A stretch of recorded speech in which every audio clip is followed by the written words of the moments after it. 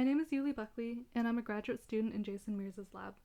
Our lab focuses on uncovering the complexities of mitochondrial dynamics with a focus on mitochondrial fission. In our recent Journal of Cell Science article, we investigated how glioblastoma cells adapt to ionizing radiation through changes in mitochondrial dynamics and bioenergetics. Specifically, we focused on Fis1, a pro-mitochondrial fission protein, to better understand its role in regulating mitochondrial morphology and physiology after exposure to stress. We found that radiation exposure promotes mitochondrial fragmentation in glioblastoma cells, and this change in morphology appears to be driven by an increase in Fis1 protein expression. Because form follows function, we wanted to know if there was a corresponding change in the underlying physiology of the mitochondria. Unexpectedly, this increase in mitochondrial fission corresponded with improved oxidative phosphorylation.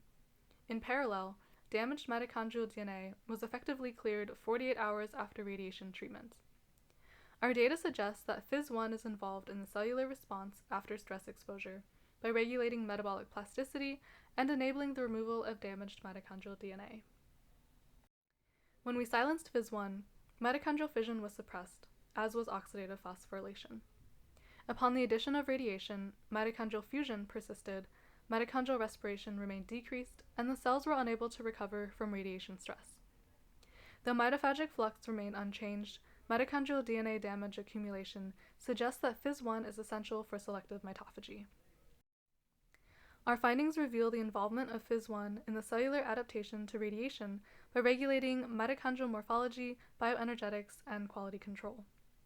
This work highlights the potential of targeting mitochondrial dynamics proteins to improve cancer therapy.